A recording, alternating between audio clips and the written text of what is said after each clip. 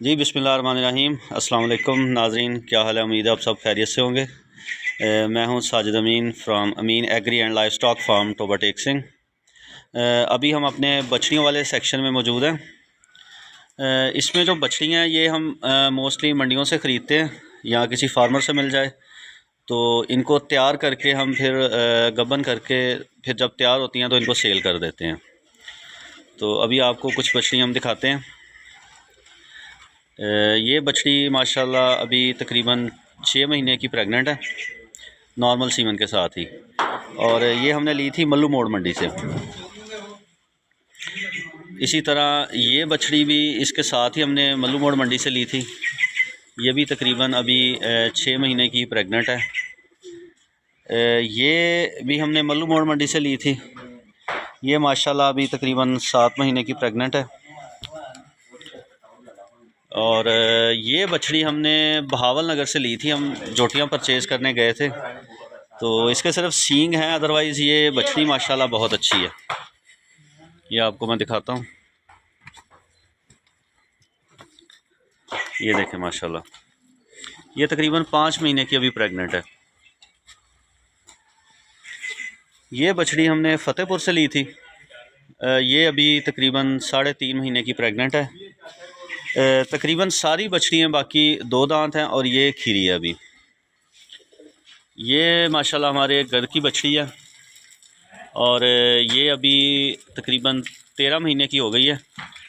तो इसको इंशाल्लाह अभी सेक्स सीमन रखवाएँगे। ये ख़ुद भी सेक्स सीमन की है।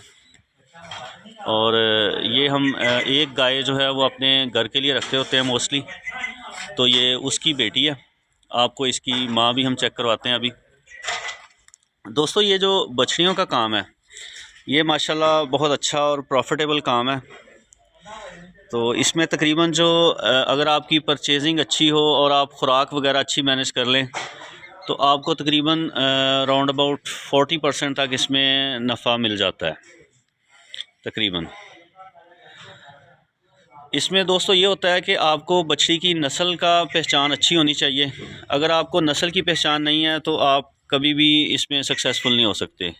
दूसरा ये कि आपने कोशिश करनी है कि बड़ी उम्र की जो है 4 दांत 6 दांत या बहुत बड़े बॉडी स्ट्रक्चर की जो बछड़ी है उससे आपने दोस्तों ग्रेज़ करना है, क्योंकि उनमें अक्सर कोई ना कोई मसला मसाइल होता है और उनमें से अक्सर जो हैं वो आके प्रेग्नेंट नहीं होती, जिसकी वजह से आपका फाइनेंशियल लॉस भी होता है और टाइम भी ज़ाया होता है। हमने तकरीबन आज से 2-2.5 साल पहले रखी थी बछड़ियाँ। तो उस टाइम हमने जानबूझ के तकरीबन 4 और 6 दांत बछड़ियाँ ली थी, तो उनमें से अक्सर प्रेग्नेंट नहीं हुई। उसके अलावा ये है कि अगर आप जब बछड़ी लेके आते हैं तो सबसे पहले उसकी बच्चादानी वगैरह चेक करवाएं। अगर उसमें कोई मसला है तो बेहतर है कि बजाय इसको ठीक करने के आप उसको सेल करके उसकी जगह नई बछड़ी ले लें। दूसरा ये कि जब आप बछड़ी लेके आते हैं तो क्योंकि ये नॉर्मली आम फार्मर से आई होती हैं तो इनमें मिनरल डेफिशिएंसी बहुत ज़्यादा होती है।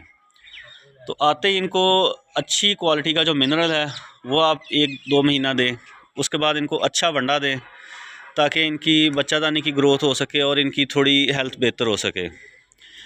तो जब ये थोड़ी बेहतर हो जाएंगी तो इंशाल्लाह कंसीव भी जल्दी हो जाएंगी और आपको प्रॉफिट भी अच्छा देंगी।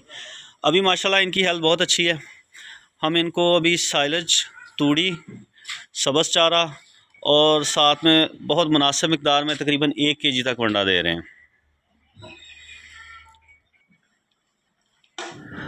दोस्तों, बछड़ी फार्मिंग का जो काम है वो उन लोगों के लिए ज़्यादा फ़ीज़िबल है जिनके पास इन्वेस्टमेंट कम है और या जिन इलाकों में दूध का रेट मुनासिब नहीं है। जैसे हमारे इलाके में तकरीबन अभी दूध का जो रेट चल रहा है वो 110, 15 और 120 तक है मैक्सिमम गाय के दूध का रेट। मिक्स में थोड़ा सा ऊपर हो जाता है, लेकिन जो खालिस गाय का दूध है वो इतने में सेल होता है। दूसरा ये कि अगर आपने डेयरी का काम करना है तो आपके पास एक स्पेसिफ़िक मिल्क वॉल्यूम होना चाहिए अपने डेली एक्सपेंसेस को मीट अप करने के लिए। उसके लिए कम से कम आजकल महंगाई के दौर में अगर आप 10-15 गाय से शुरू करते हैं और आपके पास कम से कम 200 लीटर दूध हो तो आप ये छोटे लेवल पे सरवाइव कर सकते हैं, वो भी सिर्फ क्रॉस के साथ। अगर प्योर में जाएं तो मिनिमम आपके पास 1000 लीटर होना चाहिए और आपके 50% जो जानवर हैं वो मिल्किंग में होने चाहिए। इसमें अगर आपके पास इन्वेस्टमेंट का इशू नहीं है तो सबसे जो बेस्ट बिज़नेस प्लान है बछड़ी फार्मिंग में वो ये है कि आप अच्छी नस्ल की बछड़ियाँ लें, फिर उनको आप सीमन रखवा के सेक्स सीमन रखवा के अच्छी नस्ल का अपनी आगे नस्ल तैयार करें और साथ साथ उनका दूध बेचें। जैसे हमने भी एक गाय अपने घर के लिए रखी हुई है, अभी आपको दिखाते हैं। उसको हम सेक्स सीमन से प्रेग्नेंट करते हैं और वो हमें घर में दूध के लिए यूज़ होती है। ये भी उसकी बछड़ी है। एक जो पहले आपको दिखाई है वो भी उसी की बछड़ी है जो अभी प्रेग्नेंट होने वाली है। जी दोस्तों, ये अभी गाय हमारी चेक करें, इसकी हेल्थ देखें माशाल्लाह। ये आपको देख के बिल्कुल भी अंदाज़ा नहीं होगा कि ये कितने सूए में है, लेकिन हम आपको इसकी हिस्ट्री बताते हैं। ये हमने बछड़ी ख़रीदी थी और अभी माशाल्लाह ये 5वें पेट प्रेग्नेंट है, 5वें सूए के लिए प्रेग्नेंट है ये। जी हाँ, बिल्कुल। ये माशाल्लाह अभी तक 4 बछड़ियाँ दे चुकी है और हर दफ़ा इसकी फ़र्टिलिटी इतनी अच्छी है कि ये सेक्स सीमन से ही प्रेग्नेंट हो जाती है और अल्हम्दुलिल्लाह कभी इसने दूसरी डोज़ आज तक नहीं ली। अभी हमारे पास इसकी 3 बछड़ियाँ माशाल्लाह मौजूद हैं। 2 जो अभी आपको पहले दिखाई वो हैं और एक इसकी जो पहले सूए की बछड़ी थी वो हमने इस साल सेल कर दी। और इसकी जो छोटी बछड़ी है अभी 4थे सूए की, वो आपको मैं चेक करवाता हूँ। ये देखें, ये बछड़ी है वो 4थे सूए की। ये क्योंकि हमारे पास छोटे अभी है नहीं इसके अलावा बच्चे, तो इसको हमने बछड़ों के साथ ही बांधा हुआ है। ये माशाल्लाह ये एक ना क्वालिटी है कि इस तरह की जो गाय है ना दोस्तों, ये फार्मर के लिए कभी भी नुकसान का बायस नहीं बनती।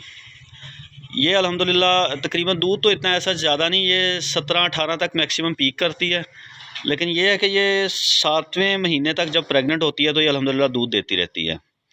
तो इसलिए ये इस तरह की जो गाय है ना वो बहुत प्रॉफिटेबल है। और ये माशाल्लाह तकरीबन 11 महीनों में एक दोबारा बच्चा दे देती है। कभी इसने आज तक साल पूरा नहीं किया। जब इसको बच्चा दिए हुए तकरीबन 25-30 दिन होते हैं तो ये हीट में आ जाती है। तो हम इसको पहली हीट मिस करके दूसरी पे हम इसको सीमन रखवा देते हैं और अल्हम्दुलिल्लाह ये प्रेग्नेंट निकल आती है। इसके अलावा इसकी अगर आप हेल्थ की बात करें तो इसमें हेल्थ के एज सच कभी कोई प्रॉब्लम नहीं आए। नॉर्मल कभी बुखार वगैरह हो जाए तो वो अलहदा बात है। एक दफ़ा हमारे जानवरों में ना मुँह खुर बहुत ज़्यादा आया था, तो ये अल्हम्दुलिल्लाह इसको मुँह खुर भी नहीं उस टाइम आया। मतलब हेल्थ वाइज भी ये बहुत अच्छी है। तो नाज़रीन, उम्मीद है ये आपको वीडियो इन्फॉर्मेटिव लगी होगी। तो इंशाल्लाह एक नई वीडियो के साथ दोबारा हाज़िर होंगे। तब तक के लिए इजाज़त दीजिए। अल्लाह हाफ़िज़।